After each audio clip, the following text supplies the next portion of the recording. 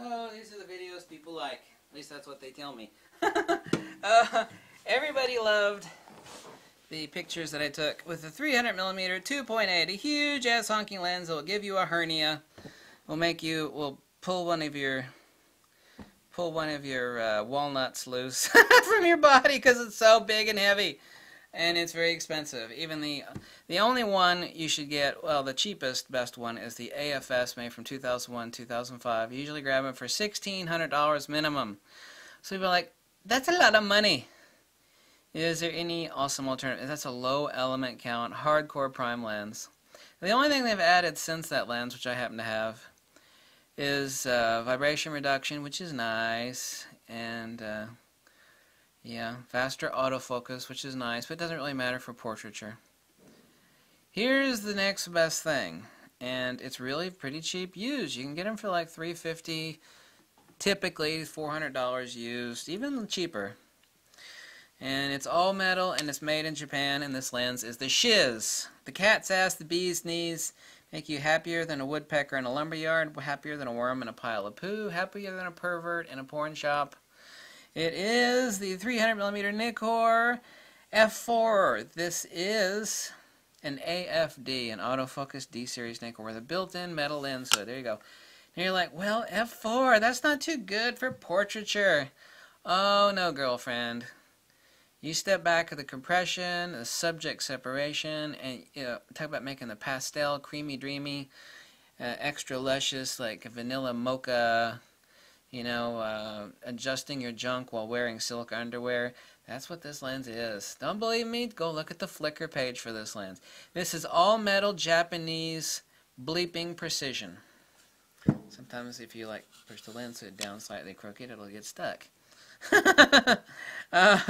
By the way, never ever switch this lens to manual. Means for manual focus over here, this big old switch. And then have your camera in autofocus mode and then try to, because your camera will start to scream.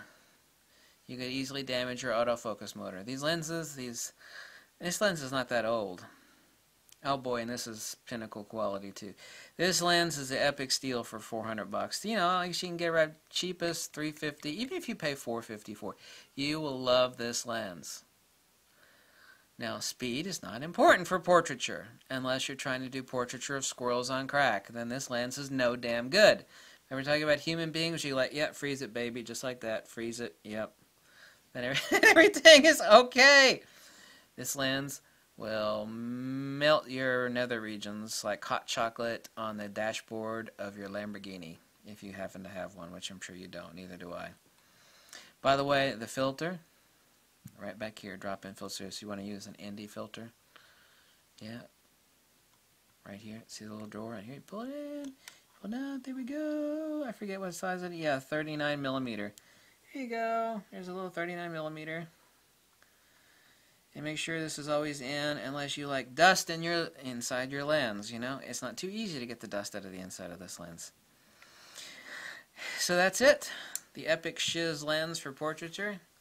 This lens is worth every penny that it costs. And by God, if you have any problems with somebody, you could always take it off and use it as a club or a hammer because it is really heavy and really, really well made. It's actually one of the toughest. This is really, really tough lens. There's a lot of metal. It's very heavy. The results out of this lens, I'm just actually reminiscing about using this lens. I got a couple of them. I had one of these lenses now for ages since it first came out, and back then, pretty damn expensive. Whoo, this lens was expensive. But now it's not. But it's just as good as it ever was. So, go look at the Flickr page for the lens. Don't take my word for it. So, if you can't afford the 300mm 2.8, this is really pretty damn close. You're like, yeah, it's an f4. That's not fast enough for portraiture. No, when it comes to 200mm, 300mm, f4, the bokeh on an f4 is, really, really good. That's the problem everybody has. They think, well, portrait lens is an 85mm. Yep.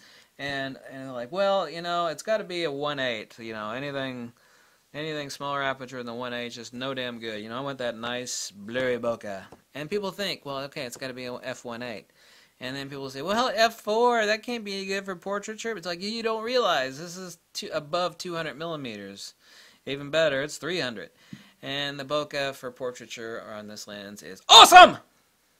Awesome! Awesome. As the Germans would say, wunderbar. Thank you so much for watching. If you like this video, you can make a nice, kind donation. Tell me to jump off a cliff, whatever makes you happy. There's always a bunch of these lenses for sale on eBay from Japan, too, by the way. The Japanese know how good this lens is, and they bought it in droves. Americans, pretty stupid. Americans never bought this lens in droves. The Japanese, however, they're like, hey, this lens is awesome. They know how good it is. That's why there's so many of them in Japan. Because the Japanese know a lot more about lenses than the Americans do.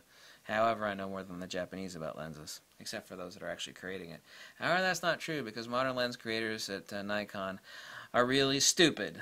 You know, I would like to meet a few of them and like have my open palm have a discussion with their face. Bye.